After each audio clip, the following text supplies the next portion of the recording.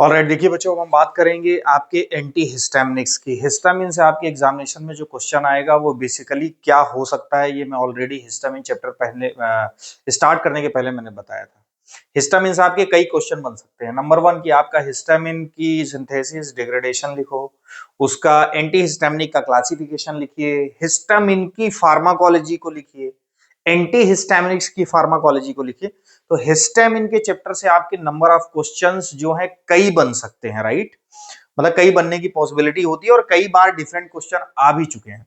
तो आज जिस टॉपिक को हम पढ़ेंगे वो बेसिकली है फार्माकोलॉजी ऑफ हिस्टामिन, लेकिन हम उसको एंटी हिस्टामिनिक से कोरिलेट करके भी पढ़ेंगे ताकि आपके लिए वो इट मींस आप एंटी हिस्टामिनिक्स भी आज पढ़ रहे हैं और हिस्टामिन की फार्माकोलॉजी भी समझ रहे हैं, ताकि आपके लिए आसान हो कि हिस्टामिन की अगर ये फार्माकोलॉजी अगर उसको आप स्टॉप कर देते हो तो किस तरीके से एंटी हिस्टामिनिक इफेक्ट आता है।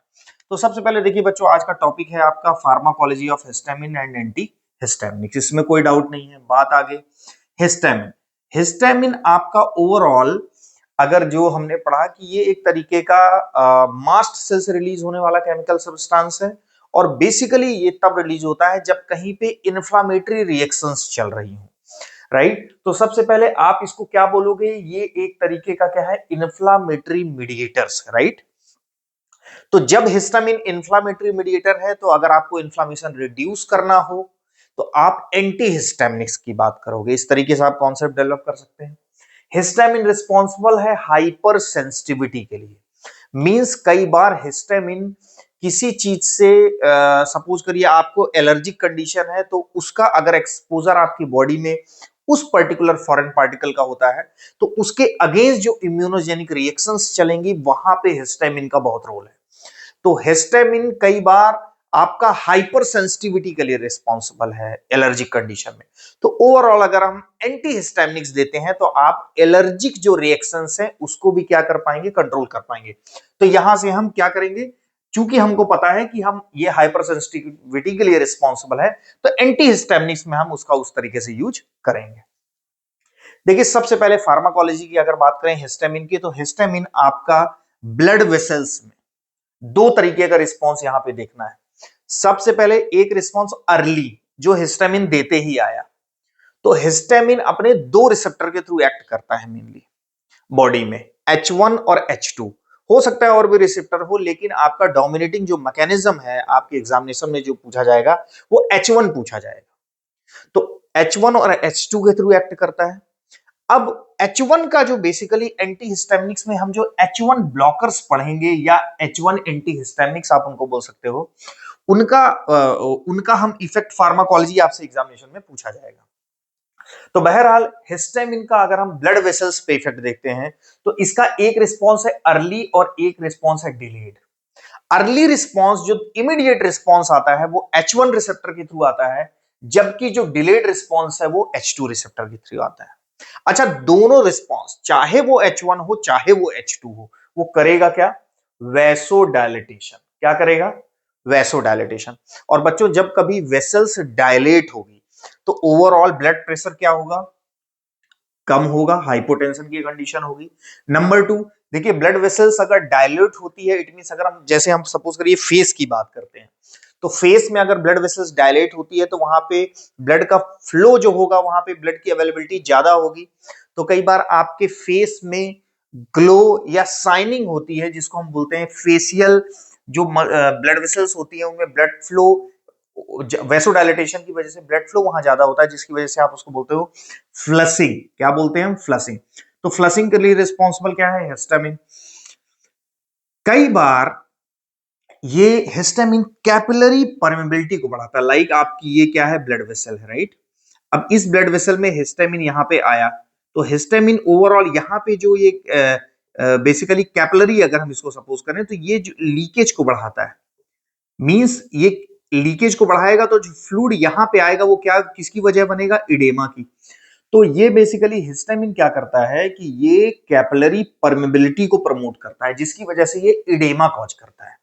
तो आपका फार्माकोलॉजी हिस्टामिन की ब्लड वेसल्स में क्या है कि blood vessels under the influence of histamine vasodilatation होता है, अर्ली रिस्पॉन्स आपका क्या होता है थ्रू द H1, जबकि डिलेड रिस्पॉन्स होता है H2 के द्वारा, लेकिन दोनों वैसोडाइलेटेशन करते हैं। Flushing, hypotension, increase in capillary permeability और edema are the feature of histamine over the blood vessels। बच्चों यहाँ पे एक इंपॉर्टेंट चीज जो आपको कई बार 2 मार्क्स में आपके पूछा जा सकता है, 2 मार्क्स में, कि हिस्टामिन ट्रिपल रिस्पॉन्स देता है, वो क्या होता है, या डिफाइंड ट्रिपल रिस्पॉन्स इस तरीके से। तो बच्चों हिस्टामिन को अगर हम इंट्राडर्मली देते हैं, कैसे देते हैं, इंट्राडर्मली, तो वो 3 रिएक्शंस देता है। क्या देता है, red reaction, wheel and flare. तो आपको ये स्टेप बाय स्टेप लिखना है कि intradermally histamine, if we introduce histamine intradermally, it produces the triple response, means triple response is a cardinal feature of histamine। Histamine का कार्ड जो main sign है वो क्या है कि ये ट्रिपल रिस्पॉन्स देता है। कंडीशन क्या है, इंट्राडर्मल डोज। अच्छा, इसके अंदर क्या होता है, red reaction number 1, then wheel होगा, देन फ्लेयर होगा। ये हो क्या रहा है, देखिए हमने देखा कि ब्लड वेसल्स में वैसोडाइलेटेशन के लिए रिस्पॉन्सिबल है। तो बच्चों जब ब्लड वेसल्स में वैसोडाइलेटेशन होगा, इट मींस वहां पे ब्लड की अवेलेबिलिटी क्या होगी, ज्यादा, तो उसको हम बोलेंगे रेड रिएक्शन, राइट।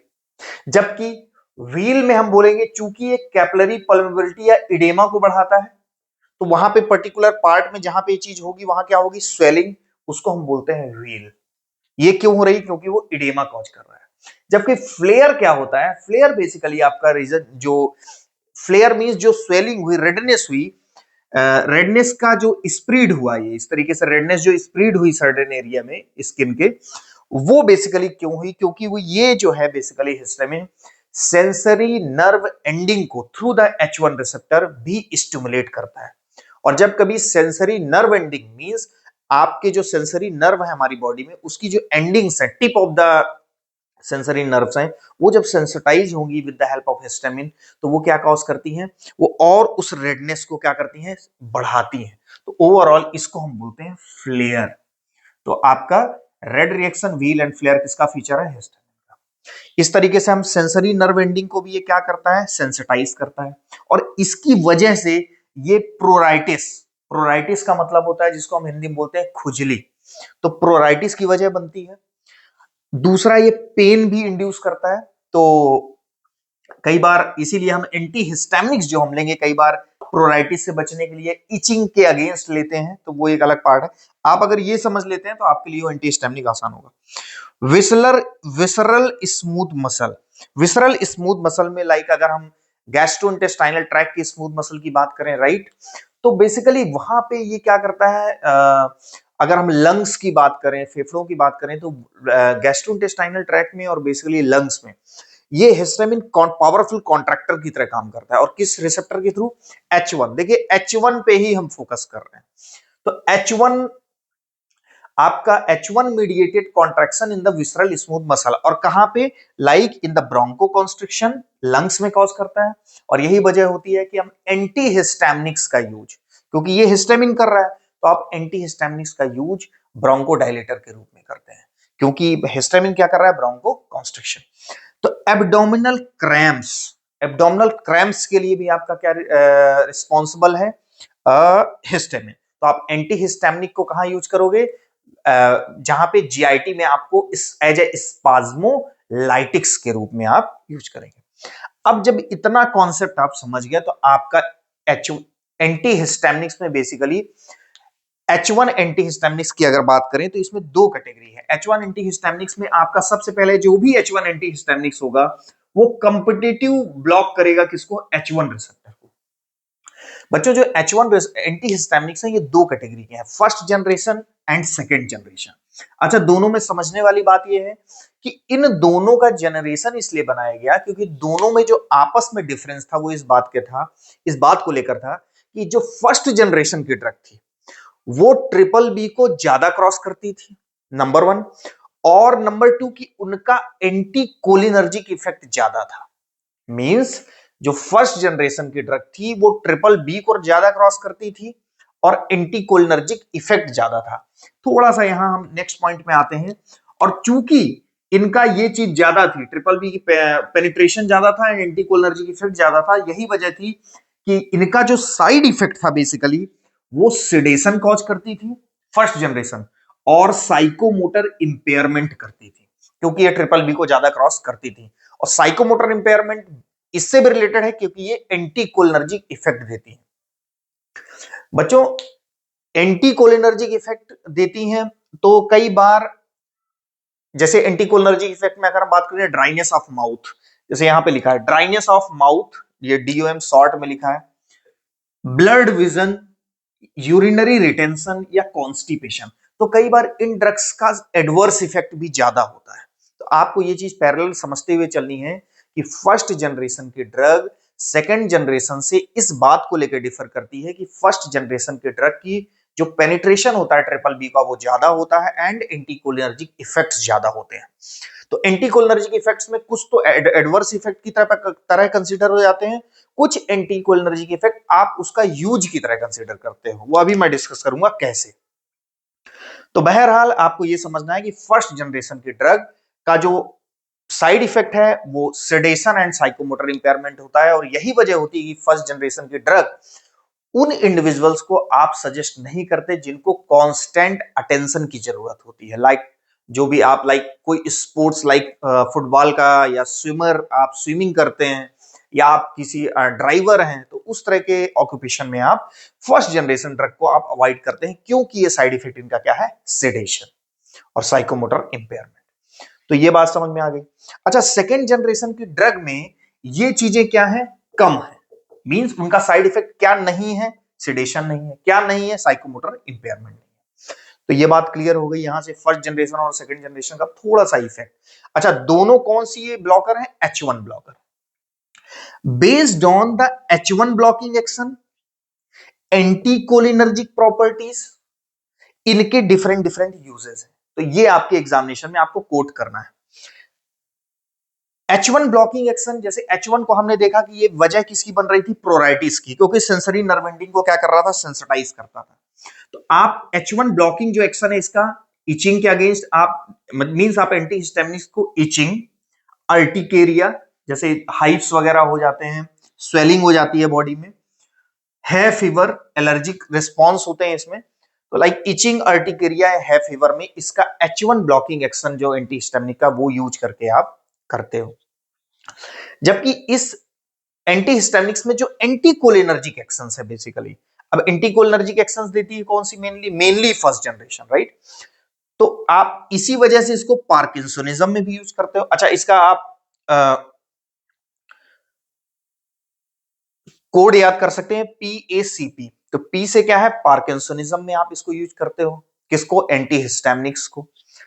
अच्छा, पार्किंसनिज्म में यूज करने की वजह क्या है, क्योंकि वहां पे एक एंटीकोलिनर्जिक इफेक्ट भी दे रहा है, क्योंकि पार्किंसनिज्म में बेसिकली एसिटाइलकोलिन का लेवल क्या हो जाता है, बढ़ जाता है, राइट।